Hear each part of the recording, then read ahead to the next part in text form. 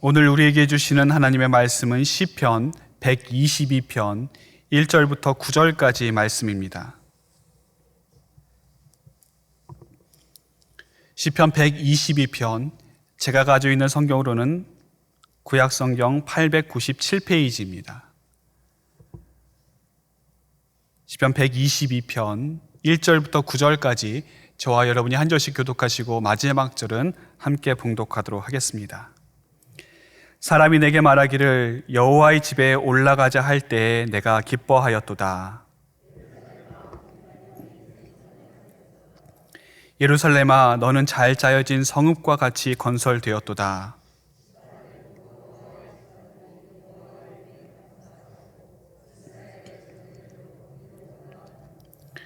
거기에 심판의 보좌를 두셨으니 곧 다윗의 집의 보좌로다.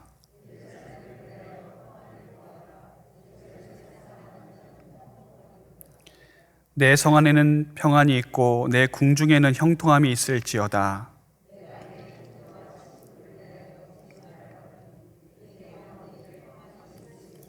같이 읽겠습니다. 여호와 우리 하나님의 집을 위하여 내가 너를 위하여 복을 구하리로다. 아멘.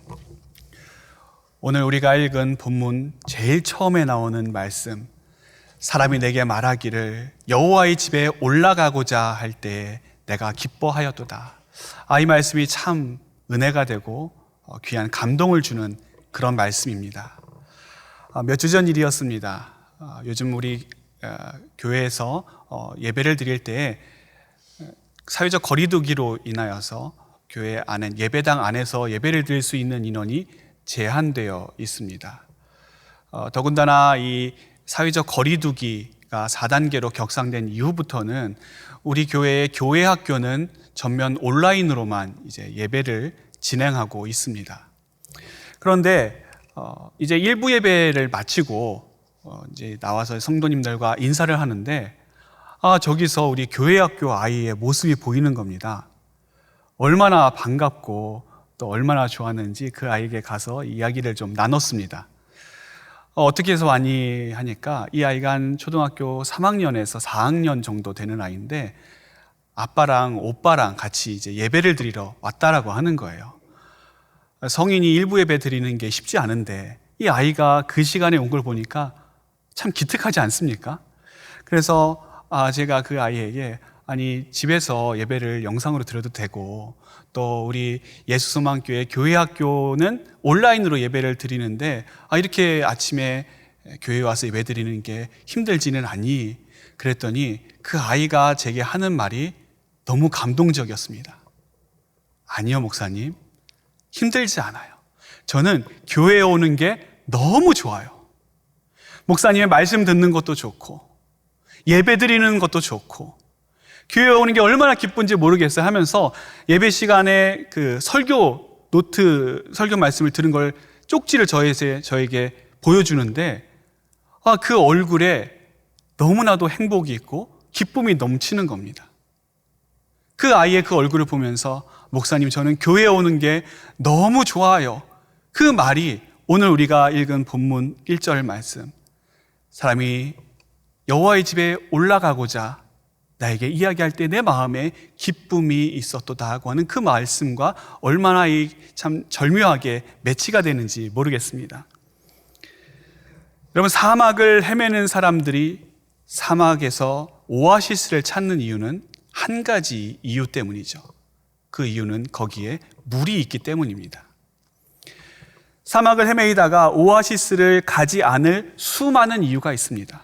하지만 그럼에도 불구하고 사람들이 그 한 가지 이유 때문에, 거기에 물이 있기 때문에 무슨 수를 써서라도, 그리고 아무리 어렵고 힘든 일이 있어도 거기를 찾아가는 것입니다.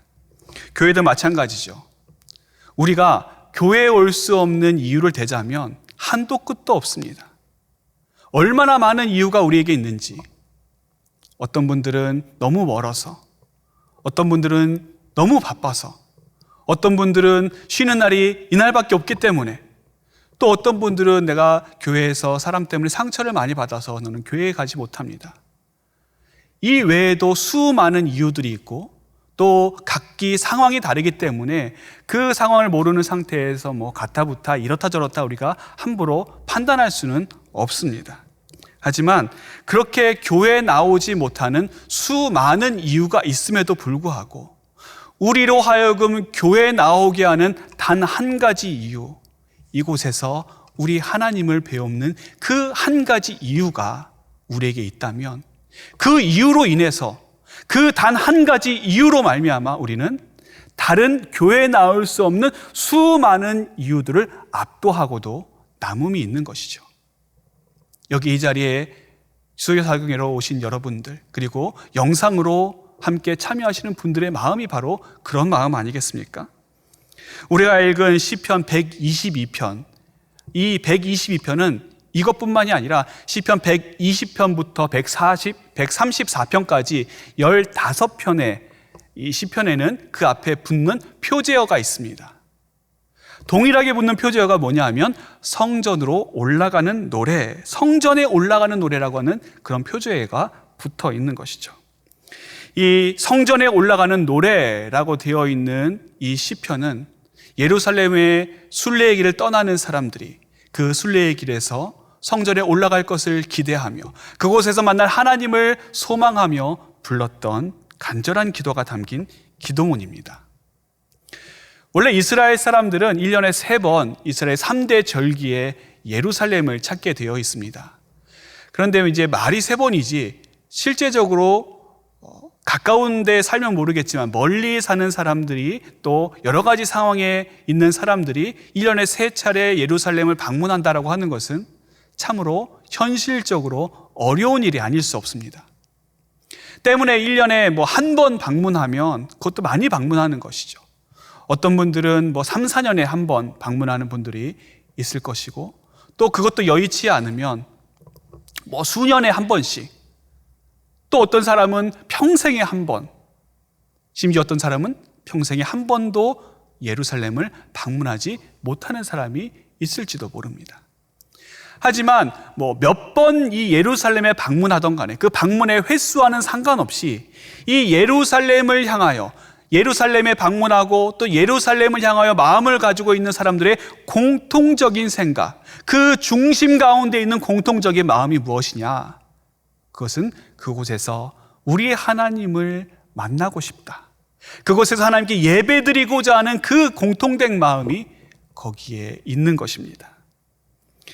그 공통된 하나님께 예배드리고자 하는 그 마음 하나 때문에, 그 이유 하나 때문에 아무리 멀리 있어도, 아무리 바빠도, 아무리 힘들어도, 아무리 올 수 없는 상황이라 할지라도 이 모든 어려움을 뚫고 이 자리로 나오는 것입니다.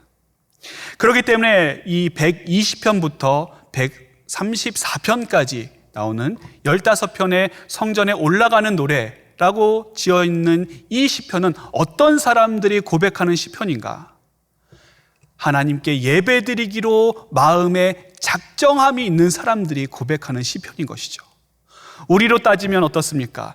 교회에 나와서 하나님께 예배드리기로 작정한 마음이 있는 사람들이 고백하는 그 마음의 고백.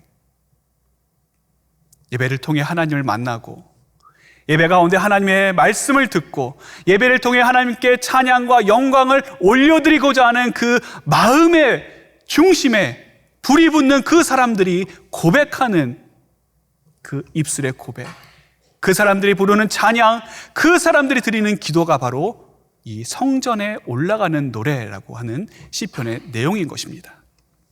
바로 그 성전에 올라가 하나님께 드리고자 하는, 예배드리고자 하는 사람들의 마음속에 느끼게 되는 기쁨을 오늘 본문이 이야기하고 있는 것입니다. 우리가 기쁨을 느낄 때에는 3가지 정도로 생각을 해볼 수가 있습니다. 첫 번째는 내가 원하는 것을 얻을 때입니다. 내가 무엇인가 갖고 싶고, 내가 바라는 게 있고, 또 내가 소원하는 어떤 것이 있을 때 그것을 쟁취하게 되면, 얻게 되면 나에게 기쁨이 오는 것이죠. 그것이 비단 어떤 물건에 한정되어 있는 것은 아닙니다. 어떤 사람이 될 수도 있고요, 또 어떤 상황이 될 수도 있고, 어떤 성공이 될 수도 있고, 어떠한 결과물이 될 수도 있습니다. 또는 나의 목표나 내가 바라보고자 했던 바가 이루어졌을 때 우리는 기쁨을 느끼게 되죠. 또 하나의 방법은 어떻습니까? 내가 예상치 못했지만 누군가 그것을 기쁨을 나에게 주었을 때, 나에게 기쁘게 느끼게 해줬을 때 우리는 기쁨을 느낄 수가 있습니다. 내가 한 건 아니에요. 그런데 갑자기 누군가 나에게 찾아와 깜짝 선물을 해줍니다. 내 주변의 사람들이 나는 전혀 예상치 못했는데 갑자기 나에게 찾아와 서프라이즈 이벤트를 해주는 것이죠. 그때 우리는 기쁨을 느낍니다. 또 나는 기대하지 않았지만, 또 나는 별로 노력하지 않았지만 복권에 당첨된다든지, 아니면 기대하지 않았던 일에 어떤 성공을 거둔다든지, 행운 같은 일들이 나에게 벌어질 때 사람들은 기쁨을 느끼게 됩니다. 그런데 이 기쁨들은 조건적 기쁨입니다. 이 기쁨이 채워지려면 내가 원하는 것을 얻어야 돼요. 누군가 나에게 그것을 해줘야 됩니다. 그렇기 때문에 이것이 조건이 갖춰져 있으면 나는 기쁨을 느끼지만 이것이 없으면 기쁨이 어느샌가 사라져버리고 마는 것이죠. 또한 이 기쁨은 유효기간이 짧습니다. 이 기쁨을 누릴 때는 그때는 너무나도 기쁘고 세상 무엇과도 비교할 수 없는 만족이 그 안에 있지만 점점 시간이 지나면 더 좋은 것, 더 큰 것, 더 많은 것, 그것들을 끊임없이 갈망하게 되어 있습니다. 반면에 이런 것과는 좀 다른 본질적이고 보다 차원 높은 기쁨이 있습니다. 그 기쁨은 관계 안에서 맺어지게 되는 관계적 기쁨입니다. 이 관계적 기쁨의 동기가 되는 게 있는데 그것이 무엇이냐? 그게 바로 사랑입니다. 사랑하는 관계를 통해서 우리는 기쁨을 느끼게 됩니다. 사랑하는 사람과 있으면 뭘 안 해도 기쁩니다. 내가 좋아하고 내가 보고 싶은 사람이 있으면 그 사람이 나에게 뭘 안 갖다 줘도, 올 때 뭘 안 가져와도 기쁘죠. 그 사람하고 있으면 시간이 가는 줄 모르고 그 사람하고 있으면 그렇게 행복하고 즐거울 수가 없습니다. 그 이유가 무엇입니까? 사랑적 관계이기 때문입니다. 할머니, 할아버지들이 이제 손주를 만날 때 2번 기쁨을 느낀다고 하죠. 첫 번째는 처음 봤을 때 기쁘고 반갑고, 두 번째는 아이들이 간다고 할 때 더 반갑고 기쁘다고 합니다. 이 할머니, 할아버지들이 아이들이 갈 때 더 반갑고 기쁘다고 해서 그 아이들이 싫어서 그런 겁니까? 아니죠. 그 아이들의 그 주체할 수 없는 에너지, 그 아이들의 그 열정, 그걸 내가 이제 감당하기 어려우니까 당장은 힘들어서 아이들이 가는 것에 기쁨을 느끼지만 아이들이 가고 나면 금세 어떤 마음이 듭니까? 또 보고 싶다. 또 보고 싶다. 또 그 목소리 듣고 싶다. 또 한 번 내 손주들 안아보고 싶다. 어떻게 그럴 수 있습니까? 그것이 사랑의 관계이기 때문에 그런 것이죠. 남이면 그렇게 하겠습니까? 나랑 상관이 없는 사람이면 내가 그런 마음이 들겠습니까? 그렇지 않죠. 사랑하는 사이이기 때문에, 내 사랑하는 손주들이기 때문에 보고 또 보고 싶고, 비록 지금은 당장은 힘들어서 조금 이제 그런 마음이 들지만, 그래서 지금은 우리 아이들이 좀 갔으면 좋겠다, 그런 마음이 들지 모르겠지만 어느새 시간이 지나면 금세 잊어버리고 다시 보고 싶은 마음, 이번에도 우리 집에 놀러 오라고 하는 그 초청을 하는 이유가 바로 거기에 있는 것이죠. 자, 그럼 오늘 본문 1절을 한번 보십시오. 이 사람이 여러분 기뻐하는 이유가 무엇입니까? 무엇 때문에 기뻐하고 있습니까? 여호와의 집에 올라가면 내가 뭔가 원하는 것을 받을 수 있기 때문에 그가 기뻐하는 것입니까? 여호와의 집에 올라가면 내가 소원하고 기도할 때 우리 하나님께서 나에게 무엇인가 기도에 응답을 주시기 때문에 그 응답 바라보고 이 사람이 기쁨으로 올라가는 것입니까? 아닙니다. 이 사람이 그곳에 올라가는, 기쁨으로 올라가는 이유가 무엇입니까? 그곳에 가면 내가 예상치 못한 복을 하나님께서 주시고, 내가 예상치 못할 성공을 주시고, 무엇인가 깜짝 놀랄 만한 파티가 나에게 기다리고 있기 때문에 그것을 바라보면서 이 사람이 예루살렘으로 올라갈 때 기뻐하는 것입니까? 그렇지 않습니다. 그렇지 않죠. 이 사람이 기쁨으로 올라갈 수 있는 것, 사람들이 나에게 여호와의 전으로 올라가자 할 때 기쁨을 느낄 수 있었던 그 이유는 그곳에서 사랑하는 하나님을 배울 수 있기 때문인 것이죠. 사랑하는 우리 하나님을 만날 수 있다. 사랑하는 하나님을 우리가 만날 수 있고 배울 수 있다라고 하는 그 기쁨, 하나님께서 나를 자녀 삼아주시고 내가 하나님의 백성으로 우리 하나님께서 부르시고 택하여 주셔서 관계 맺게 된 그 사랑적 관계, 그 인격적 관계, 그 안에 있기 때문에 내가 하나님을 만날 생각에 가슴이 기쁘고 설레게 되는 것입니다. 이때의 기쁨은 하나님으로부터 무엇인가 받아서, 무엇인가 얻어서 느끼게 되는 그런 기쁨이 아닙니다. 하나님과의 사랑의 관계 안에 있기 때문에 그 안에서만 느낄 수 있는 기쁨입니다. 여러분, 참된 기쁨은 어디서부터 오는 것입니까? 참된 기쁨은 하나님께로부터만 옵니다. 하나님께로부터만 우리가 참된 기쁨을 누릴 수가 있습니다. 다윗은 이 기쁨의 수원지를 잘 알고 있었어요.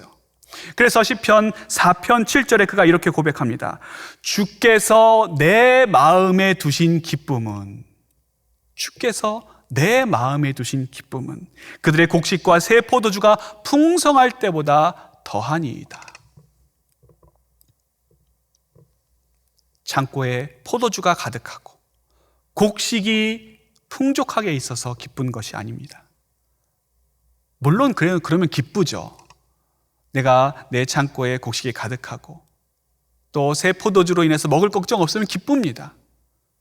우리 같으면 은행에 잔고가 가득히 채워져 있고 또 내 노후를 걱정할 수 없는 그런 탄탄한 또 뒷받침이 되어 있으면 기쁨을 느낄 수밖에 없습니다. 하지만 이것으로 인해서 우리가 맛보는 기쁨은 참된 기쁨이 아닙니다. 진정한 기쁨이 있습니다. 그 기쁨은 우리 주님께서 주시는 기쁨입니다. 그 기쁨은 하나님을 아는 자들이 맛볼 수 있는 기쁨이고, 그 기쁨은 영생을 소망하는 자들, 예수 그리스도를 믿음으로 그 사랑 안에 거하는 자들이 맛볼 수 있는 그런 기쁨인 것입니다. 주께서 내 마음에 기쁨을 두셨기 때문에, 다른 말로 표현하자면 우리 주님께서 내 마음속에 기쁨의 수원지를 활짝 열어서 그 기쁨이 내 마음속에 들어오도록 조치를 취하셨기 때문에 우리가 그 안에서 그분이 주시는 기쁨을 누릴 수가 있는 것입니다. 하나님께서 주시는 그 기쁨의 수원지를 개방하는 스위치가 있습니다. 예배이죠. 하나님께서 우리에게 찾아오셔서 하나님과 사랑하는 그 관계를 구체적으로 맺는 방법이 무엇인가? 그것이 바로 예배라고 하는 것입니다. 여러분, 예배는 아무나 드리는 것이 아니죠. 예배는 하나님을 사랑하는 사람들이 드리는 것입니다. 그렇기 때문에 예배는 하나님을 사랑하는 그 사람들이 그 예배에 참석할 때 하나님께서 주시는 참된 기쁨을 맛볼 수가 있습니다. 그러므로 예배라고 하는 것은 여러분 강제될 수 있는 것이 아닙니다. 물론 억지로 아는 지인에 의해서 이곳에 끌려올 수는 있습니다. 억지로 이 자리에 앉아 있을 수는 있죠. 하지만 그가 진정 예배에 참여하고 있고 진정 예배를 드리고 있다라고 이야기할 수 있겠습니까? 가끔 이제 이 앞에서 보면 보입니다. 분명 이 두 분이 부부인데 보이는 반응이 전혀 다른 때가 있습니다.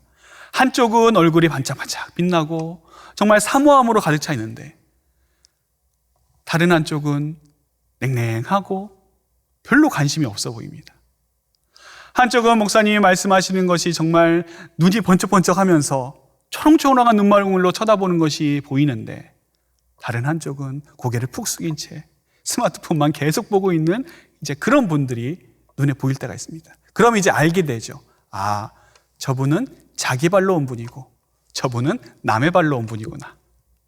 저분은 자기 스스로 온 분이고 저분은 누군가로부터 끌려온 분이구나 라는 것을 알게 됩니다. 그렇게 억지로라도 예배 자리에 나오는 것이 참 귀한 일이긴 하지만 그것이 그렇게 오래가지는 못합니다. 결국 우리로 하여금 진정 예배 자리로 나올 수 있게 하는 것은 어떠한 억지력이라든지 또는 강제성이 아니라 우리 마음에 있는 자발성이 우리로 하여금 계속해서 예배드리게 하는 것이고 예배의 자리를 사모하게 하는 것입니다. 바로 오늘 말씀 1절에 사람이 내게 말하기를 여호와의 집에 올라가자 할 때에 내가 기뻐하였도다, 이렇게 고백할 수 있었던 것처럼 하나님께서 우리에게 기쁨을 주실 때 그 기쁨을 맛보는 사람이 예배의 자리에 자발적으로 나올 수 있는 것이고, 그 예배를 통해서 그 기쁨을 아는 사람만이 이 예배를 자발적으로 지킬 수가 있는 것입니다. 그럴 때 우리는 2절의 고백을 할 수가 있게 되는 것이죠. 예루살렘아 우리 발이 내 성문 앞에 섰도다. 예루살렘아 우리 발이 내 성문 앞에 섰도다. 옛날 어렸을 때 이제 소풍을 가게 되면 놀이공원으로 간 적이 있습니다. 그러면 이제 놀이공원으로 가려고 하는 그 마음이 얼마나 설레는지 전날부터 잠을 잘 수가 없는 거예요. 이제 그 다음 날이 돼서 뜬 눈으로 아주 새벽같이 일어나서 아직 거기 열려면 시간도 멀었는데 친구들과 약속에 미리 가서 기다리고 있습니다. 제일 앞자리에서 이제 기다리고 있다가 지금 생각해보면 뭘 그렇게 일찍 가서 시간을 낭비하고 거기서 기다리고 있는지 지금 같아서 이해가 안 되는데, 그때는 그것조차도 너무 즐거웠습니다. 친구들하고 이야기하면서 이 문이 열리기를, 놀이공원이 오픈되기를 기다리는 그때 이제 시간이 다 되어서 사람들이 웅성웅성 거기에 몰려있고 이제 음악과 함께 문이 열릴 때 그때의 모든 반응들이 똑같습니다. 걸어가는 아이들이 하나도 없어요. 다 우르르 뛰어가는 거예요. 바로 그때 이제 문이 열리기 바로 직전, 그 문이 스르르르 열리는 그 모습을 보는 그 순간, 그 순간이 얼마나 마음이 설레고 가슴이 두근두근 되는지 모릅니다. 하나님께 예배드리기 위해서 예루살렘으로 오는 이 순례의 길에서 마침내 마주한 예루살렘 성전 앞, 예루살렘 그 성에 다다랐을 때 그 성문 앞에 선 예배자의 모습이, 예배자의 마음이 바로 그런 마음 아니겠습니까?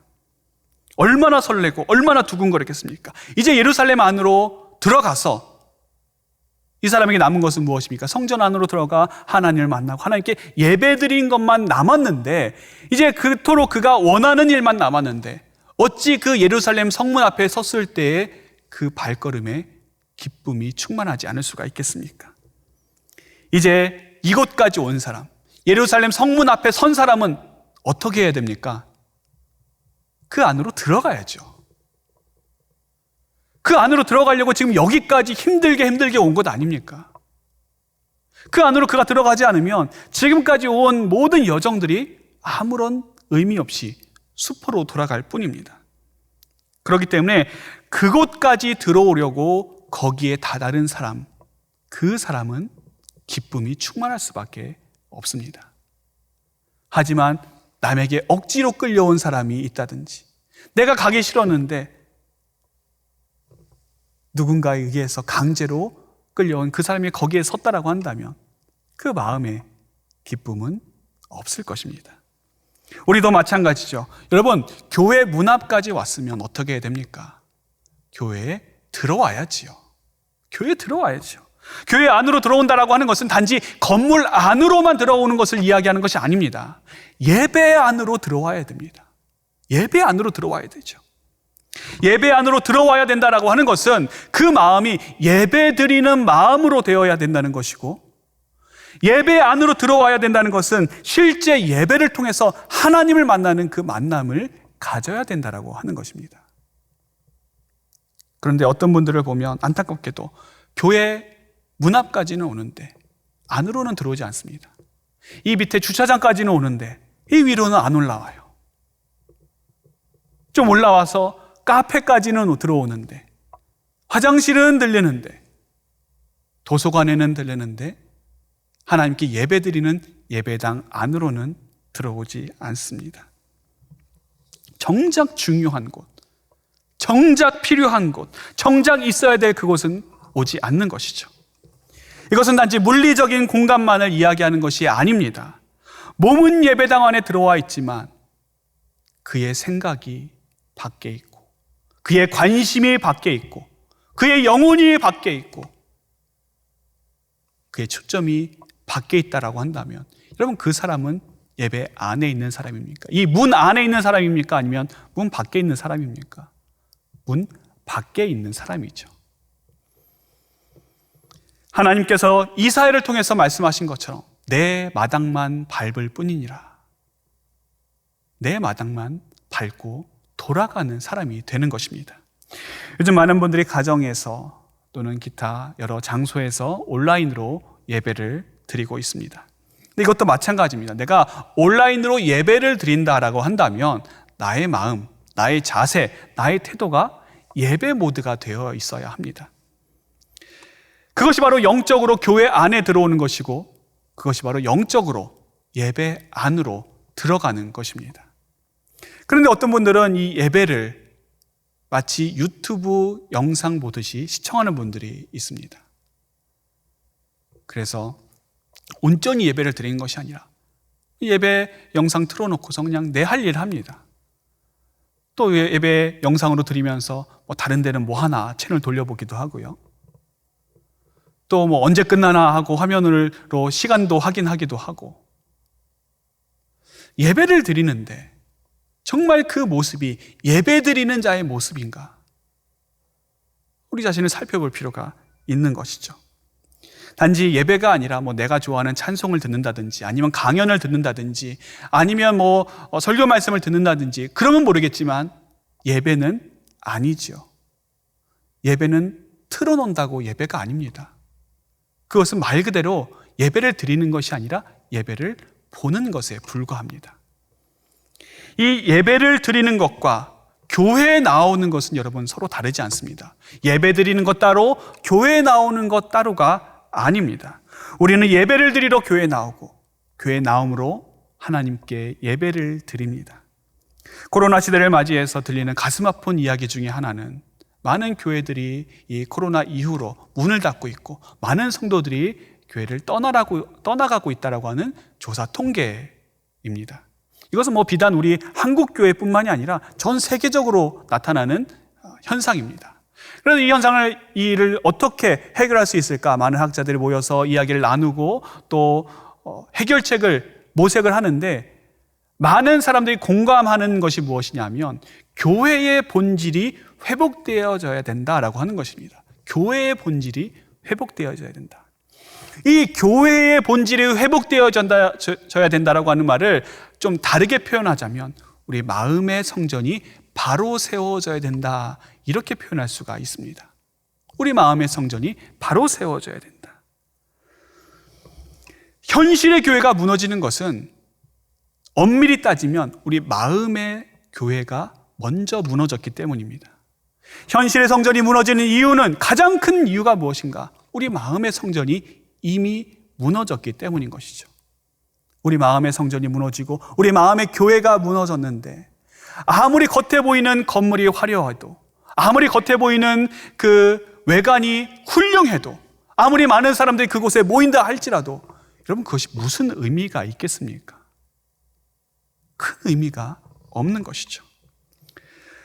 우리 교회 성도분 중에 2부 예배에 참석하는 분이 계십니다. 이분이 좀 연세가 있으시고 또 걷는 것이 좀 불편하신 분이에요. 근데 이분이 좀 가지고 있는 특별한 게 있습니다. 그게 뭐냐면 예배 드리기 한 10분 전쯤에 주일에 이제 2부 예배 드리기 10분 전쯤에 들어오셔서 기도를 하시다가 예배 드리기 바로 전에는 나가시는 거예요. 이게 처음에 한두 번은 무슨 특별한 일이 있으신가 보다 그렇게 생각했는데 이것이 계속 반복되니까 좀 뭔가 이상하기도 하고 또 궁금하기도 하고 이제 그런 마음이 있었습니다. 근데 몇 주 전에 그분이 이제 부목사님들이 인사하는 그 자리에 오셔서 본인의 이야기를 하시는 거예요. 목사님, 사실 이런 일이 있습니다. 이 얘기를 하시는데 들어보니까 이분의 아내가 좀 몸이 많이 안 좋으셔서 누군가의 그 보살핌이 필요한 그런 상황에 있습니다. 그래서 평일 같은 경우에는 이제 도와주시는 분이 있어서 도우미가 있어서 아내를 맡길 수가 있는데 주일에는 그분이 쉬기 때문에 이 아내를 케어할 수 있는 사람이 남편분밖에 없는 거예요. 그런데 이 남편분도 몸이 불편하고, 그리고 이 아내를 한시도 이 아내를 두고 나와서 1시간을 예배를 드릴 수 있는 그 상황이 안 되는 겁니다. 근데 이 마음속에 무슨 마음이 있는가? 내가 그래도 교회 나가고 싶다. 교회 나가고 싶다. 교회 가서 하나님께 기도라도 하고 싶다 하는 그 마음이 거기에 있는 거예요. 잠깐이라도 그곳에 참석해서 교회 가서 기도드리고, 또 그 후에는 집에 가서 이제 영상으로 예배에 참석하는 그 마음, 얼마나 귀한 마음입니까? 여러분, 이분이 교회에 오지 않는, 교회에 올 수 없는 이유를 대자면 한도 끝도 없는 것 아니겠습니까? 얼마나 많은 이유가 있습니까? 얼마나 많은 그럴듯한, 우리가 충분히 납득할 만한 이유가 있습니까? 그분이 교회에 오지 못해도 가정에서 영상으로 예배만 드려도 얼마든지 그것을 공감할 수가 있는 것 아니겠습니까?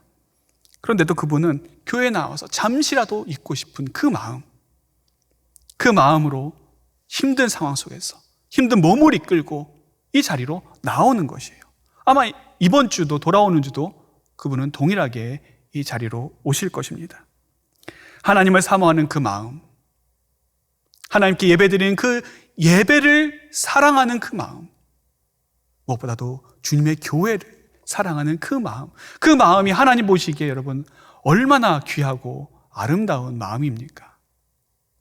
이분이 이렇게 교회에 나와서 잠시라도 기도하고 갈 수 있는 이유는 먼저 그 마음 가운데 성전이 바로 세워졌기 때문인 것이죠.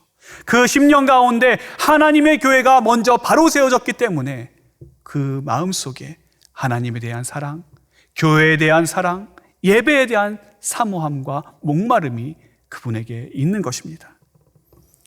마음의 성전이 세워지게 되면 우리는 예배를 사모하게 됩니다. 마음의 성전이 바로 세워질 때 우리는 예배 안에서 기쁨을 누릴 수가 있습니다. 그리고 마음의 성전이 바로 세워질 때 우리는 비로소 교회를 사랑할 수 있는 것입니다. 우리는 주님을 사랑합니다 라고 하는 이야기를 참 많이 합니다. 그런데 교회를 사랑한다는 말과 이 주님을 사랑한다는 말이 따로따로가 아닙니다. 교회는 어떤 곳입니까? 우리 주님의 몸된 교회이지요. 어떤 사람이 사랑한다라고 할 때, 나는 당신의 얼굴은 사랑하는데, 당신의 목 위는 사랑하는데 당신의 몸은 사랑하지 않습니다 라고 한다면, 여러분, 그 사랑이 진정한 사랑이겠습니까? 진정한 사랑일 수 없죠. 진정한 사랑은 어떤 사랑입니까? 얼굴을 포함해서, 몸을 포함해서 온몸 전체를 사랑하는 것이 진정한 사랑의 모습입니다. 하지만 이런 사랑은 우리의 결심이나 우리의 노력으로 이루어지지 않습니다. 이러한 사랑은 우리의 다짐으로, 우리의 어떠한 공로로 이루어지는 것이 아닙니다. 이런 사랑은 우리 주님의 사랑으로 완성되어집니다. 요한일서 4장 7절은 우리에게 사랑은 하나님께 속한 것이다 말씀합니다. 사랑은 하나님께 속한 것이다. 그리고 뒤이어서 19절에 이렇게 말씀합니다. 우리가 사랑함은 그가 먼저 우리를 사랑하셨습니다. 다른 사람을 사랑하는 사랑과 또 우리가 할 수 있는 사랑의 모든 원천은 어디에 있는가? 그가 먼저 우리를 사랑하셨습니다. 그 안에 담겨져 있는 것입니다. 그가 먼저 우리를 사랑하셨기 때문에 우리가 사랑할 수 있는 것이고, 그가 먼저 우리를 사랑하셨기 때문에 우리가 그 사랑 안에 거할 수가 있는 것입니다. 그러므로 우리가 진정 교회를 사랑하게 되는 것은 우리 주님께서 우리를 위해 십자가 대속의 사건을 감당하시며 그것을 통해서 우리를 얼마나 사랑하셨는지를 깨닫게 될 때 우리는 교회를 진정 사랑할 수가 있습니다. 또 우리가 교회를 진정 사랑할 수 있는 것은 아무 조건 없이 우리를 사랑해 주신 그 하나님의 사랑을 알고 그 사랑을 믿고 그 사랑 안에 거할 때 비로소 그 사랑은 완성되게 됩니다.